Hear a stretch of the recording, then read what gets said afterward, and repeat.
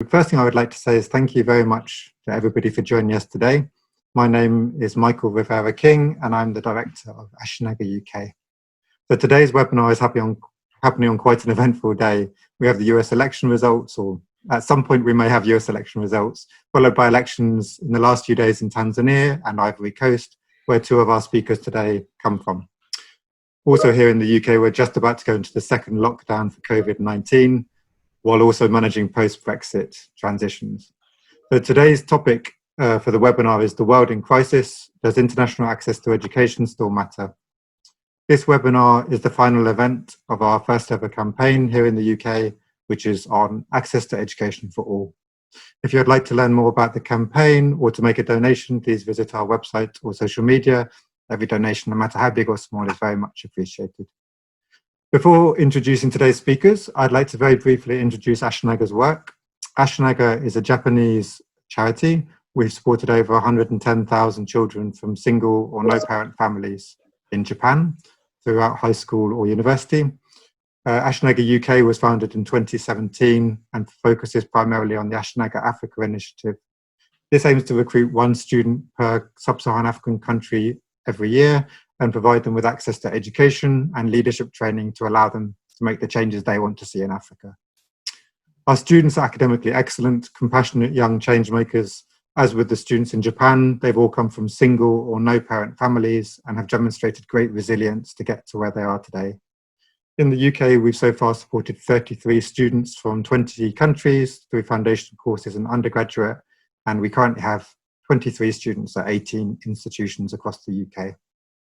I'm very proud to be able to say that 85% of our students are in top 500 universities in the world in the UK, and none of them has ever failed an academic year here, which is something I'm very proud to be able to say. So today, our timeline is we have about 35 to 40 minutes from our speakers and then 20 minutes of Q&A, which are all discussion based upon your questions. For your questions, please write them in the question and answer on Zoom, or if you're following on Facebook, please write them on the comment where my colleague is kind of keeping track of them. And please feel free to write your questions during the presentations rather than waiting to the end. I always forget my questions if I don't write them straight away. So without further ado, I'd like to introduce our panelists. First, I'm delighted to be able to welcome Professor Funmi Olunishakin.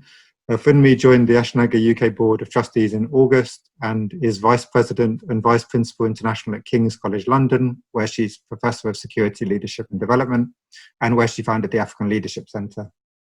Funmi was appointed by UN Secretary General Ban Ki-moon as one of 7 expert advisors on the review of UN peacebuilding architecture, and also serves on the board of the Centre for Humanitarian Dialogue, as well as chairing the African Regional Advisory Committee of the Open Society Foundation.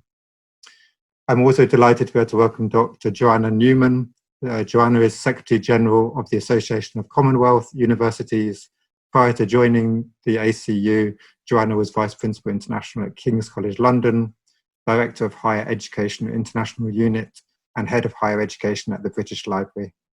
In 2014, Joanna was awarded an MBE in recognition of her work promoting British higher education internationally. After Joanna, I'm delighted to be able to welcome Susan Killamil. Susan is an Ashenaga graduate from Tanzania. She completed her degree in medical physiology and therapeutics at the University of Nottingham in 2019, and now works as a tutorial assistant in physiology at Kilimanjaro Christian Medical University, Tanzania. Her life goal is to improve healthcare services available in Tanzanian communities, and she's currently actively looking to pursue postgraduate studies. Finally, we have Emmanuel Adingra. Emmanuel is an Ashenaga scholar from Ivory Coast, currently studying politics and development studies at SOAS in London, where he founded the International Development Society. His ambition is to integrate an international African network of young leaders to empower Mother Africa through education, entrepreneurship, and good leadership. Like Susan, Emmanuel is currently applying to postgraduate scholarships. So without further ado, I'd like to pass over to Funmi. Thank you so much, Michael. I think this is such a timely conversation to be having, and it's a pleasure to be part of this panel Let me start by talking about. I think our topic today is very clear. I think it's a timely topic. The world in crisis. Does international access to education still matter? And I want to state categorically, yes, it does. It does still matter. Why? First and foremost, crisis moments are moments of opportunity to change things for the better. And to overhaul approaches that may not have been working well, but which we didn't have a natural break in the cycle to alter. And I think that's what the coronavirus challenge that we have now represents for us. I'm not in any way saying that international access does not have fundamental flaws. It does. But I think this is a moment to begin to deal, to tackle it head on. So one area of change that I want to focus on has to do with the nature of international access itself. It tends to reinforce inequalities almost across the board sometimes. Excellence is important, but if excellence means access to those who can afford a particular good quality education, so therefore quality education for a few who can afford, then that actually is skewed. And I'm glad that we're talking about Ashinaga here, that already has set itself a goal of precisely bringing excellent scholars, connecting them to good quality education because they're excellent and they may not be able to afford, and therefore giving them the means to receive such education is important. But look at the volume. You look like at a region like Africa, we have hundreds of millions of young people who would need quality education over the next 30 or so years. By 2050, Africa's population will have doubled, more or less. So this is a huge challenge. And therefore, I think that if we think of the nature of inequality in terms of international access to education at the moment, we see two clear patterns. One pattern is that of the wealthier students, if you like, in the global south who can access quality education in the global north. But I also want to break it down further, that in the global south, there's a north in the global south. That north representing the countries and the institutions that can afford good quality, high quality education. And we have seen that pattern. If you take a region like Africa, you'll see situations, you see universities in Southern Africa, South Africa to be more precise, that represent that kind of quality education. And you see a pattern in which those who can afford it move down south from the rest of Africa. And I think it's important to speak about what this COVID moment allows us to transform. So how has COVID changed things? In fact, before I talk about how COVID has changed things, the pattern of inequality in that North-South movement is that less and less students can come to the UK, to North America, from any part of the global South. But any student from the global north, more or less, can go back and forth, a study visit and so on to the global south. And therefore, that unequal pattern of engagement is something that I think has been showing itself over a period of time now. But so when we talk about how this COVID moment can change things, all right? So we know it has changed things. How can we really make use of really meaningful change?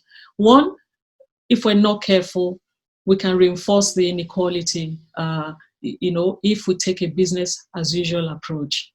And it means, therefore, with this conversation we're having online, we were talking about Emmanuel, who's been accessing education online, and the vast majority of the global South cannot do that, have quality digital access. And I think I have listened to Joanna elsewhere talking about this double digital divide. And these are the sorts of issues that an institution like ACU will grapple with, and I'm sure she will probably be speaking to to this kind of inequalities. So am I saying that individual access on the basis of excellence cannot continue? No, it can continue through the kinds of scholarships that we have, but it's not nearly enough for the scale of the challenge.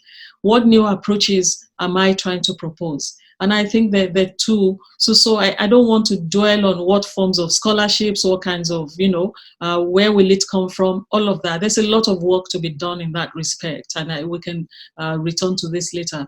But we need new thinking and new approaches. And there are two that I want to put on the table before I close. One has to do with a new way of partnering between universities in the global north and in the global south. It cannot be.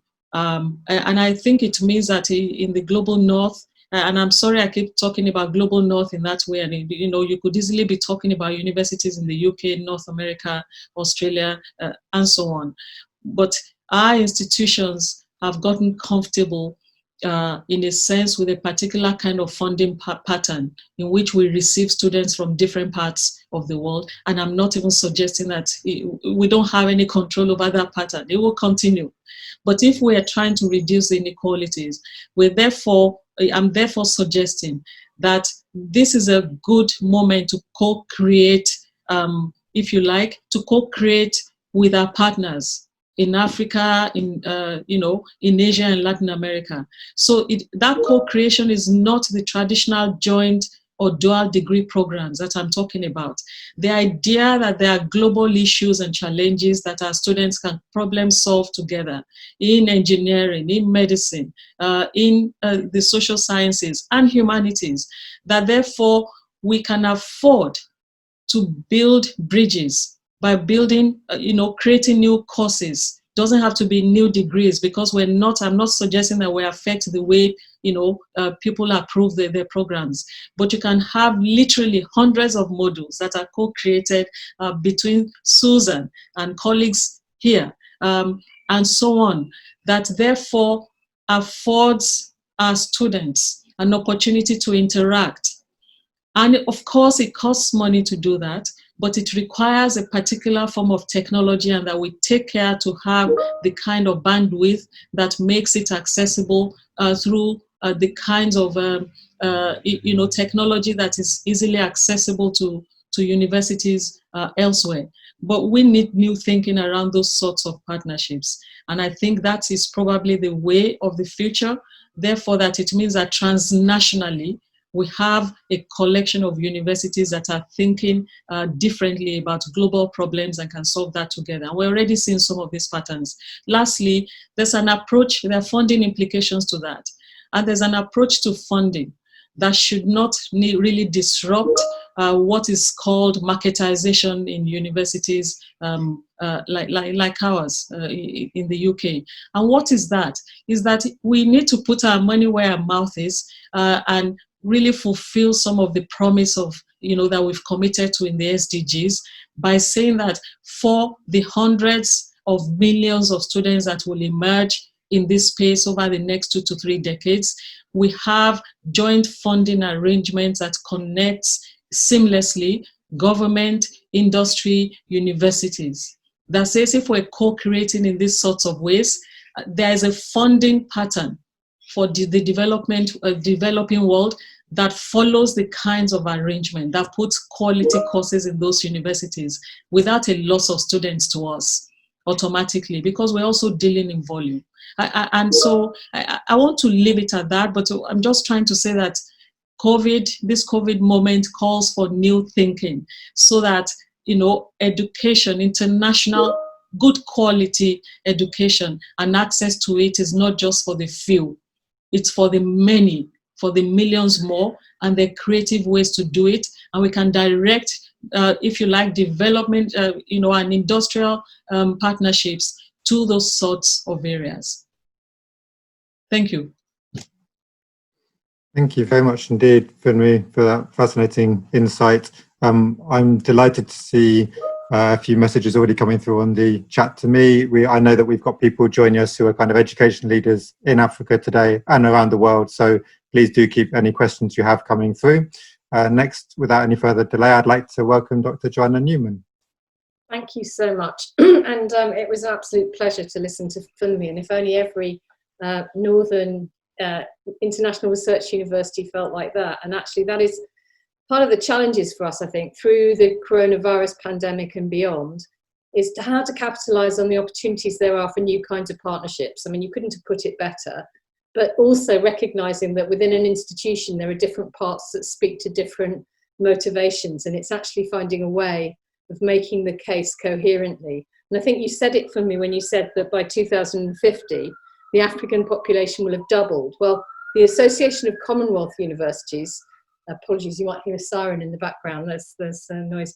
The Association of Commonwealth Universities represents over 500 universities across 5 continents in 53 countries. So we represent a huge range of different types of universities, where in Commonwealth countries, 60% of the population of 2.4 billion are under the age of 30. Of course, there's a large population in India, but all the way across sub-Saharan Africa. When you look at the need for international education, it's not that we're making the case for the kinds of traditional international access that Funmi was raising issues about, because scholarships definitely have a part to play and are definitely having a really important role, but scholarships were traditionally the route out and the only way that one could go to get a better education. And the ACU doesn't want that situation to continue. So where you have a gross tertiary enrollment of something like 77% in the global north, it's 8% across sub-Saharan Africa. And that has to change. And if you then dig down and you look at the conditions in for example, South Africa or Kenya or Nigeria, what you'll find is that the completion rates go down. So you'll actually have not too bad an initial number of undergraduates going into university, but then you'll find that the numbers going through to postgraduate study fall back sharply. And then what happens to that university is that the students who did get scholarships and go back, and Susan might want to talk about that a bit, will go back to a situation where they don't have enough other postdocs. And so they're quite often very much burdened by the need to supervise others and help others along the road, but perhaps the universities don't have as much infrastructure as they could have. And that's where the problem of partnership comes in too. We might want to talk about that, because we don't have an equal playing field for partnerships and international research partnerships. And there are funding mechanisms, and there are ethical and moral forces that have created a much better and more transparent way of thinking about how a global north university like King's would partner with a university in Tanzania over perhaps a medical research project, but it's still not there yet. There's a lot of ground to cover. So I wanted to talk a little bit about the current situation with COVID. And of course there's good news about the fact that there is a huge amount of transformation in digital technology. And most of that is for the good. But I would also say that it will never take the place of face-to-face. And one of the concerns the ACU has at the moment is mental health of students, wherever they might be. And that there is some fantastic learnings that we can make around the digital world, particularly for an international organization like ours, and I imagine Ashnaga's found the same thing. We have full attendance in all our regional committees without having to go to the Pacific. We have India and Pakistan in the same room with Sri Lanka and Bangladesh, because it's all virtual. So there are huge advantages. We have made huge progress with a program in 20 universities in East Africa called Program for Enhanced and Blended Learning, where we are training the trainers to create really good accredited undergraduate content, which is then shared. And that's a good COVID lesson, if you like. It was actually created before COVID, but that method of co-creating content with universities in different regions and then presenting it in a blended way where it can be delivered online and in person, but the lecturers in the local universities are trained up to deliver that content, means that you're building capacity within the institution itself, and you're also spreading the ability to actually cover a larger number of students and staff in the content. So we think that's really, really good. But there is this digital divide, and the ACU did a survey recently of its members where it looked at who was open and who was shut during COVID, and 60% of our members saw a huge impact. either there isn't the digital infrastructure to provide access, or the campuses were closed and the students weren't able to have laptops, or somewhere, for example, like in the Pacific, there wasn't enough access to data. But there are ways around that. And one of the things which I think, and then on the double divide, within institutions in the global north and the global south, the more senior you get, the more access people have.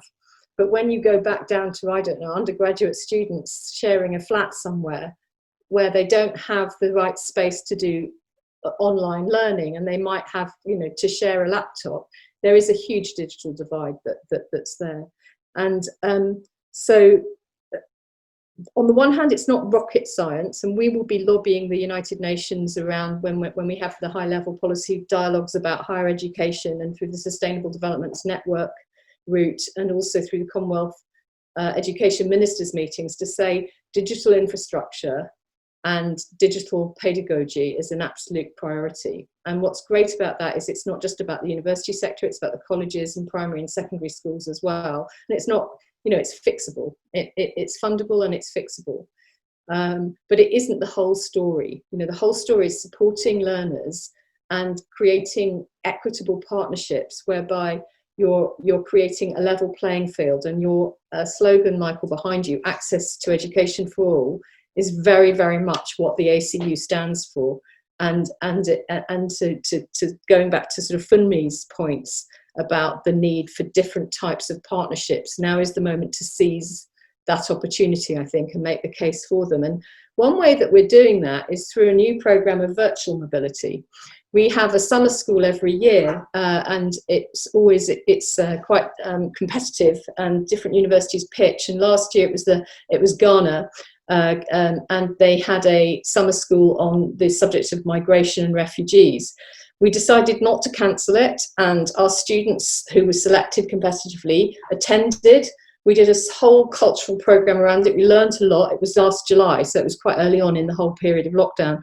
But what we've learned from that, and from the round tables we've had with our member universities, is that all of our universities, from the National University of Singapore to the University of Colombo in Sri Lanka, they all want to share content and allow students virtual access to their courses and content.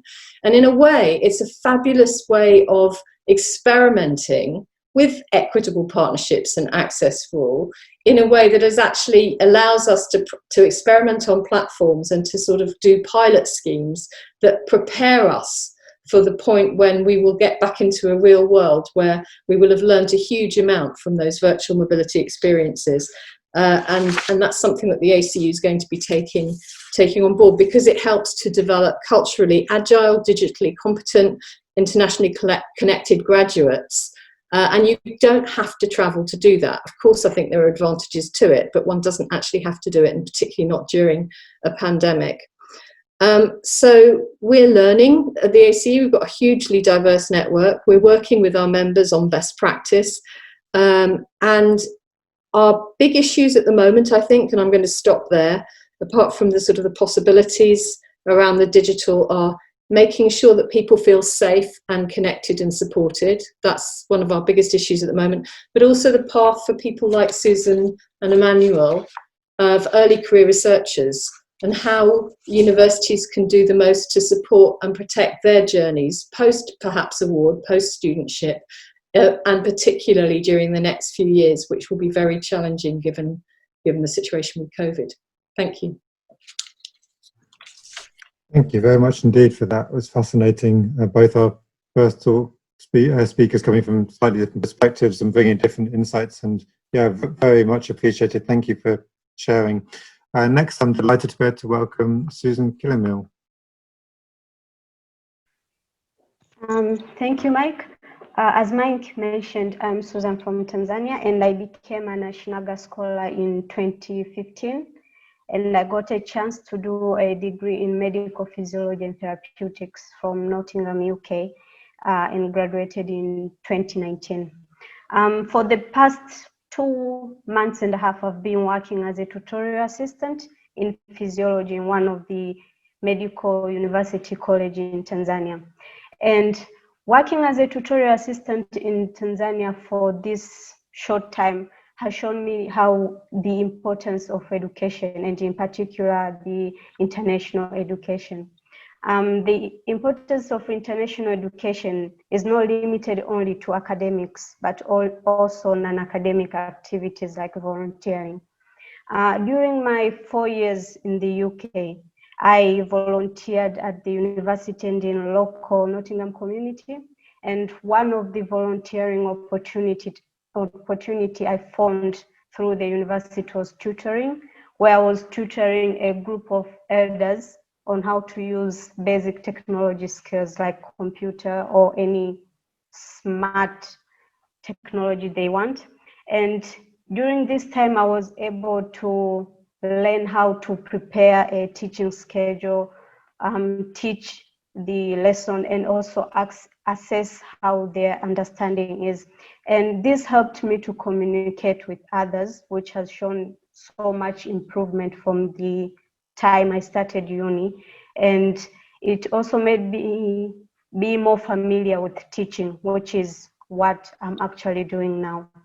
And as I mentioned, working as a tutorial assistant, beyond my own benefit, I've also been able to use my own experience to introduce and recommend academic and non-academic experiences to current students. Although it's not easy to direct cause the effect or make the changes, but I tried to introduce the academic and non-academic experiences I had in Nottingham and found them to be very helpful to me. And I believe that this will help them to stand out in competitive job market. And since most of the activities or a lot of experiences, they are not provided at the universities in Tanzania. In addition, I also believe that I've gained additional benefit from my international experience, as it's a good, and since it's a good experience for any youth to have, and they should be given that chance to have in the future. International education has provided me a room for my growth in terms of culture experience and interpersonal skills. And having access to international education helps a person, or it helped me to experience diversity in the education system and exposure to different cultures, ethnic groups, languages, and religion during my time at the university. And also, in turn, this makes it easier to adapt to a new environment, and it also boosts the confidence to seek for global opportunities, since one becomes familiar with the expectation to have working in a new environment. For example, after my graduation in 2019, I was able to look for opportunities in different parts of the world apart from UK and Tanzania only. So through my experiences, I was able to gain that confidence to apply to other places, knowing that I'll be able to cope with the new environment. Graduating in medical physiology in the UK at the end of my graduation was not easy, because I was not sure what I'll be able to do in Tanzania when I get back, because medical physiology as a degree is never had in Tanzania. So they don't have any degree that's called only medical physiology. And it doesn't have a direct path, a career path. So for example, if you studied medicine, you can be a doctor. But if I have a degree in medical physiology, there's no direct path to work in Tanzania. But however, after a whole year, I stayed a whole year, and finally I got a chance to do an interview. And because my course was very specific to only physiology, that is taught to medical students in their first year and all health-related courses. So due to my specificity of my course, my teaching experiences, and the experiences I got from my extracurricular activities, I was able to gain a teaching position and teach exactly what I've studied in the UK. At the moment, I hope to grow in this position and gain more experience, and hope in the future I'll be able to take part in clinical research to have a direct impact on the healthcare system in Tanzania. And to conclude, studying the UK helped me to develop important skills and opened up network and professional opportunities globally. And I believe the significance of international students or international education should never be limitless, and it can have a direct impact on someone's life, or it can have a direct or indirect impact to an individual. And I also believe that international access to education still matters. Thank you. Thank you very much indeed, Susan, for sharing your experience. And yeah, in relation to this topic, it's fascinating to hear what your thoughts are here. Finally, I would like to introduce Emmanuel Edingra. Emmanuel. Thank you, Michael. I would like to thank all the previous speakers and their insight into the topic. As a scholar or a student of development studies, the question of education is central, and access to education and the impact of COVID-19 as a crisis that is exacerbating inequalities in education. And I will mainly focus on the domestic level, which means the continental level. With the COVID-19 crisis, we have seen imposed lockdowns by government, this in order to try to reduce the spread of the virus. And this has brought another element into education, which is online learning. Although the online learning is a very innovative way of education, of learning, there are obviously several limitations. As Dr. Newman mentioned previously, there is this digital divide into those who can afford and those who cannot. And mainly on a continent where only 24% of households, talking about Sub-Saharan Africa, have access to internet, is very difficult for children from poor background to have access to education. And let's say previously, I was in Benin over the summer, and could you imagine that I spent over £100 for a month to have internet for me to be able to connect with my university and also with Ashinaga and other partners. Yet the connection of this internet was relatively poor. So which means that it is a luxury for an ordinary student to have access to internet. And this is not only one aspect, there is also in terms of equipment, computer, having appropriate areas to study, have a tutor, books. So yeah, this really, the COVID-19 crisis is, I wouldn't say is exacerbating, but it's just revealing the huge inequalities that exist in education. And I think there should be now this urgency that all partners, I would say from government to firms to NGOs, there is a need to redesign how education should be funded and to redesign the place of education really in all of the programs or the visions set out in society. So I think, as mentioned previously, there need to be several alternatives in terms of how education should be redesigned, and not only to suit, let's say, physical education, but also online education, so that every individual, either from poor background or rich background, is able to access, because I think it's a right. And based on this, from my personal experience, reflecting on the importance of education, I mean, Ashinaga is, I would say, a blessing for people like me, because without Ashinaga, I wouldn't have had the opportunity to come and study abroad. And studying abroad has a particular touch that it brings to a personal education. And Susan mentioned it in her intervention, that education is not only about the academics, it's about what you gain. And from my personal experience, my conception of education is a very particular, I consider education to be this multidimensional and complex process that is enriched through diverse experiences. So the more an individual is exposed to different culture, the more is able to be aware, the more is able to have critical thinking, the more is able to perceive fact or processes differently. And this is, I think, this is the particularity of Ashinaga. Ashinaga has understood that in order to build strong leaders, there is a need to build globally aware leaders. So a globally aware leader is someone who is able not only to understand patterns or processes or dynamics of the current world, but also to project themselves into the future.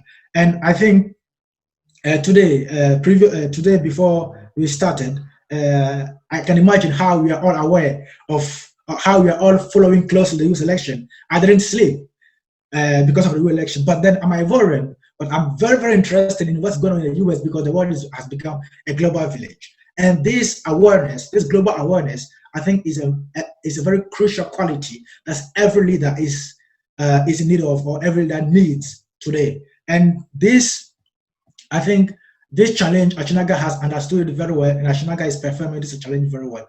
And also, I would just share a very simple example. For instance, there are values that I've learned studying in the UK.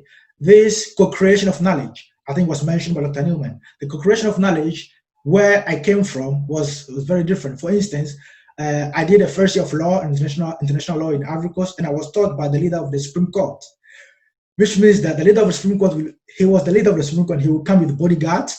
And I mean, if as a first year student, if you had a question, no, don't even dare you cannot go close to him. But when I arrived in the UK, I remember our professors telling us that, no, please don't call us sirs because we haven't met the Queen yet, just call us by our name. So there is this friendly learning environment, this co-creation of knowledge that I personally find very impactful. And I think such values could be shared with our colleagues. For instance, Susanna is now back in Tanzania, and while teaching, she will share this knowledge and this value, and this will spread. And I think such values are really crucial for future global leaders. And yeah, finally, with Ashinaga is doing this important job that's allowing future leaders to have this global awareness. Thank you. Thank you very much indeed, Emmanuel, and thank you again to all the speakers for your varied and different perspectives on this. I'm glad we've sort of ranged from individual experience to scholarships to kind of structural capacity building, touched on all these different things. I'd encourage everyone to keep your questions coming in. We've had one from over email, which says, does the coronavirus pandemic represent an unprecedented opportunities for country in the global south to send their top students to top universities in the global south and kind of capitalize on the academic capacity that may normally have been taught overseas? I don't know who'd like to step in on that one. For me, do you want to, or do you want? I think so. We're working with the Africa Research Universities Alliance, ARUA, and so is the UK in some senses, in that funding streams go to ARUA members and they are hubs. And so there is potentially some possibility to do that. But I think what's more important is to turn the question around. How can those universities in the global south that are building on excellence help to capacity build with the rest of the sector in those countries, so that they create partnerships where they're helping to build things up, so that you can actually co-create modules and teaching and share curricula, but you can also start to share research projects. So I'd kind of turn it round, because in some ways I think Funmi and I have been saying something similar, which is about how, although scholarships are very important, and I had a scholarship to do my doctoral and postdoctoral work, and I'll be forever grateful for the institution to allow me to do that. We cannot rely on scholarships alone to create equitable access, and so those universities in the global south that are building up an excellent program, it's the partnerships that they do that's going to have the greatest, will have more impact than being able to admit perhaps more students from within the region at the expense of other students. I Totally agree with that. I think we're entirely on the same page. Really, I think this is one of many areas where Joanna and I, we are like-minded on these issues. And it's true, as I said earlier, the idea is not to say we shouldn't go for scholarships where they're available, but actually there's a deeper structural issue that needs to be fixed. And through universities, university networks like Arua will then begin to, if they co-create knowledge, the idea is that they begin to impact positively universities that are not, in their own category across the continent. It takes time, but I think it requires a collective vision and a collective view that that's how we want to work, because otherwise partnerships partnerships look different from this kind of vision that is being articulated here. And we need to try to consciously move in that direction, or work with university networks that will move in that direction. And I have to say that part of the beauty of the ACU is that it has just really across all regions of the world, networks of universities that are precisely in this sort of situation. And, but the development pattern, when you think about what the United Nations does, what multilateral institutions do, that has not caught up with that very idea. And I think it goes to the point Joanna was making earlier about infrastructure and pedagogy, that, bringing them together and really presenting an agenda around it has to be a critical next step. Otherwise, that divide will never really be bridged. Thank you. That's really interesting. I think, as Emmanuel mentioned earlier, there are also elections happening in Ivory Coast, and indeed where Susan is in Tanzania, as well as the US, which is obviously dominating the headlines. I'm curious, we have a question here. To what extent should universities and organizations try to set the agenda here distinctly from politics? Obviously, politics will set some of the agenda, and for the US, for example, has had some, Trump has had some policies that have impacted on international students. But yeah, to what extent should universities and other organizations try and set the agenda here? Shall I try? Let me try. I to be quite honest, I think some of the conversation we're having is political. It's political. So universities will set the agenda and will typically do so to a certain extent. If it's about pedagogy, more often than not, it's independent of politics. But actually, there's nothing about the entire university ecosystem that is independent of politics in that sense. And as we are speaking, there are politics that, in the global north that will seriously affect what happens in the global south. Even within the global south, there are all of those political calculations about the future that will affect education, severely, not necessarily for the better.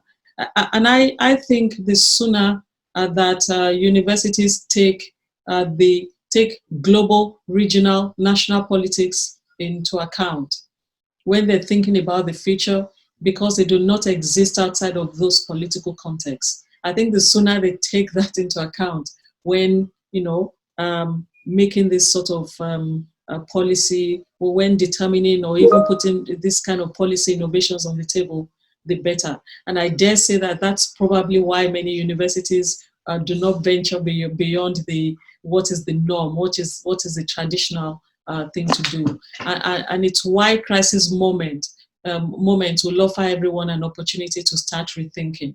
The global north is not unaffected and not unimpacted by COVID. And we therefore would be seeing the developing world being at the receiving end of a different kind of policy, even when it comes to funding. All of this matters. I think universities have to take politics seriously. I'm not asking them to be political in engaging politics in that way, but if you don't take the political context into account, we really cannot therefore be practical in the ways that will affect our environment. I completely agree with me that it's quite difficult to find areas for us to disagree. But I mean, I'm sure there are some. But I think that I'd almost take a step back and say that, you know, what universities should do at their best is create globally aware, curious individuals who are able to think for themselves. And that's in some ways the best recipe you can possibly have for politically aware citizens and for a fair process. I'm not going to comment on America and the American election, but one can tell that maybe perhaps the education system there is not in its best health, despite having the world's most elite universities as well in its country. I think it would be wrong to think that any university has one opinion either, because universities are broad communities of scholars and students who think differently, and that's wonderful. And it's when governments try to contain universities to make them think in one particular way or support one particular that we get into trouble. And universities are always at their best when they're autonomous places that help to create the kinds of people, citizens, who will go on to actually make the right decisions, you know, for their societies. Thank you. We have a question here that is addressed to Susan and Emmanuel. So far we have spoken primarily about international access in terms of students leaving the global south to go to the global north predominantly. The question here is, do you think that having studied for 1 year in Ivory Coast and now teaching in Tanzania, do you think that African countries and universities should be doing more to encourage international students potentially transitioning the other way? So not just seeing this as a sort of one direction internationalization, but students potentially coming from global north or from other global south countries to universities in sub-Saharan Africa. Perhaps Emmanuel, if you have thoughts first, and then Susan. Yeah, so yeah, I think this is a very important question, and I think this is the current global education system it reflects also other patterns in terms of global relationship, in terms of trade and even knowledge production, because there is this assumption that, and that is not even an assumption, it's a fact, all the best universities, like when you check like the rankings, they're all from the global north, and so this is also implied in terms of research capacity and capabilities, in terms of sponsorship. And in the global south, the problem is also what is the place of education in the visions of different government. And this, and I think if we are able to answer, if you are able to answer this question or to solve this equation, then we'll be able to also answer the question why or how to promote this to change, to shift the direction of also allowing students from the global north to come and also study in the global south. And I think personally think that, as I said, education is a very complex process, and this process is enriched through one's ability to collect or to gather diverse experiences, because and I would say education is what I would say one language, but it's unfolded throughout different processes. So yeah, obviously with the fact that global North institutions have got all the privileges, quote unquote, all the privileges, all the equipment, all the funds. This also should tell also a lot about this relationship. So yeah, there is still inequality, and this we cannot avoid that. There's still inequality, and there is still a lot of limits that are, I would say, if imposed or if found in the system in the south. So yeah, once these obstacles are met, both by domestic government or international sponsors or international organizations, I think the flow might change. Yeah, so this is my little answer. Okay. Michael, can I make a plug here for a North-South, South-South scholarship scheme that the ACU is proud to administer? We do it on behalf of all Commonwealth governments, and it's an endowment fund, and there are 30 scholarships a year. It's called the Queen Elizabeth Commonwealth Scholarship, and it's for a 2-year fully funded master to any low or middle income country in the Commonwealth for Commonwealth students. So that means that, Suzanne, you would, if you wanted to do a master's course, I think you might be too qualified now, you would be able to apply to any university across the Commonwealth, and that is a way of building capacity. And we've got some fantastic examples of our Queen Elizabeth scholars. So if anyone wants us to send information afterwards via Michael or however, I would be really happy to do so to publicise the scheme.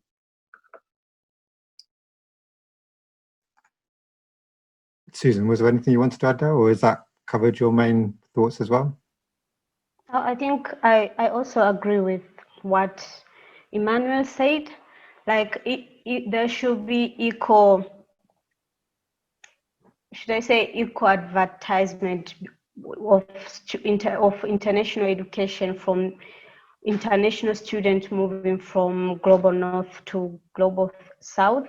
But to do that, there is a lot of work that need to be done by the global south in order to reach to that expectation that student, or it will attract students from the global north to come and enjoy the education, international education from the global south. So I think there's a need to do a lot of improvement in that. I also wanted to add about, because I didn't talk about Corona and how it affected Tanzania.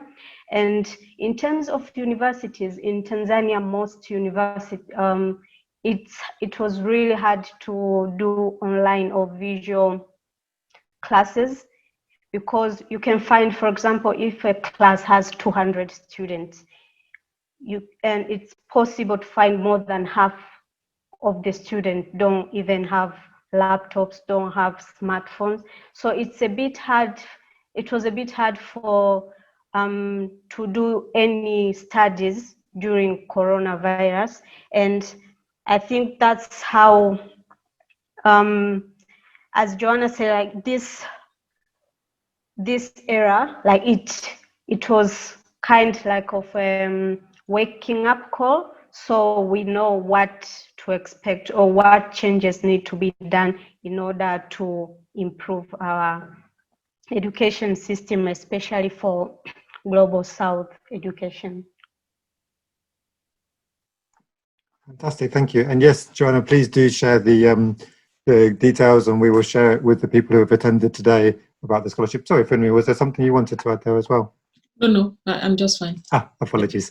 Okay, so we've got a question here around the sort of new partnerships that Finmi and Joanna spoke of, around the potential of universities, industry and governments kind of stepping up and doing more, taking this to sort of a new level, putting the money where the mouth is kind of thing. There's a question here is asking, where do you think the incentive or drive is going to come in this process of forming these new partnerships? That's a really good question, because really, if you look at the patterns with COVID and Joanna's data, that ACU data is telling about the universities that had no choice but had to close. And therefore, where that didn't happen, you saw how either the private sector, in South Africa, I think for students to even access the university programs at all, you saw how telephone companies and universities, you saw new forms of partnerships. You saw governments in certain countries mobilizing that private support for equipment even. So in a place like Nigeria, where the infrastructure is not anywhere near what South Africa has for education, you saw how banks came in for schools with the solar telephones with data in it and so on. If we're not going to leave anyone behind, whether at college level or university level, we need those kinds of partnerships that would help really strengthen the infrastructure. But it means that private sector would have to have some kind of vested interest. So you see industry, you see government, you see universities thinking together and moving together. If we have to be thinking of any kind of development aid for towards education as well, I don't know what will be left of that after COVID. But the idea is that instead of ad hoc, piecemeal forms of thinking and support, you need to bridge all of those gaps by bringing everyone together to plan for the future. Part of that plan for the future is the university to university partnership, which I think Joanna has already elaborated upon, but it requires that we're co-creating differently. It can't be that all of the material, all of the quality rests in one part, and then we can't, as Emmanuel was saying, the moment you look at the quality in the other countries around you, you choose to travel further away because you cannot find the kind of quality in your neighborhood. I'd like to be sort of quite challenging here in a way, because I think it's going to be really, really hard, particularly because of all the massive management challenges that universities have around COVID and the attention focused on their own communities in the next year or so, thinking about keeping people safe, how they're going to continue working, and also the huge deficits that universities in the global north are suffering from the decrease in the international student fee, which for the UK, for example, is part of the way they fund international collaboration and research. So I think there is a danger that some of the really good principles of equitable partnerships, which people like Funmi and others have actually been promulgating in their universities, and others are not as prioritised as they should be, potentially. And I think that's something that we have to look out for. On the other hand, there's a big, I think we have moved enormously from a position where, say, 10 years ago, universities in the global south were in a sense plundered for their data that were then published by leading global north universities. I don't think that ethics committees and transparency and other regulations within universities allow that to happen on the same scale. And I think that also the programs that we're funded to do, like Climate and DRUSA, where we're working, for example, with early career researchers in the global south to help promote the work that they're doing and their research capacity, but also, as importantly, building the research capacity of those institutions. All of that work that the ACU and others have been doing is bearing a lot of fruit and is creating systems, for example, whereas in the UK Research Innovation Council are funding the percentage of any grant has to go to a kind of partnership, and they have to demonstrate how that can be equitable, and that isn't easy. So I think what I would say is that there are some really good examples of north-south partnerships, but they are probably still in the minority, and we still need to do a lot. And particularly thinking about the next year or so, the environment is going to be a very challenging one. Didn't want to end on a negative note. That's fantastic. Thank you so much. I do apologize. We've had one final question come in, but I think we're a little bit short on time. So I apologize, Mano. We didn't quite get to that question today. I'd like to close by thanking all the attendees for joining today. And particularly, I'd like to thank our panelists for sharing their fascinating insights into this topic. I'm really delighted we've had for the engagement with everyone today, and my apologies that we didn't get to all the questions. For those of you who want to follow up, please do feel free to contact me via Twitter or email, or however is best. I'll pop my email into the chat in a moment. I'd like to note that all the donations for this campaign are going directly to student costs, and we've actually got a donor who's matching all the funds, so any donation you can make, however small, will be doubled. You can find us on Just Giving with EFA, so AEFA, for education to access to education for all. I keep getting that wrong. And I'd like to close by noting that in these unusual times, these human connections, particularly those that cross borders and build bridges, are more important than ever. And I believe that international students are of central importance here. I'm very proud to be working with students such as Emmanuel and Susan, and I'm delighted to have had people joining this webinar from all around the globe, from Japan, from Sub-Saharan Africa, from the US, from all over. So thank you for taking time to do that today. I look forward to engaging with everyone moving forwards. You can find us on social media or just drop us an email. And thank you once more to the panelists for your time. Thank you to the attendees for taking time to join us too. And I look forward to staying in touch and working together moving forwards. Thank you very much. Thank you.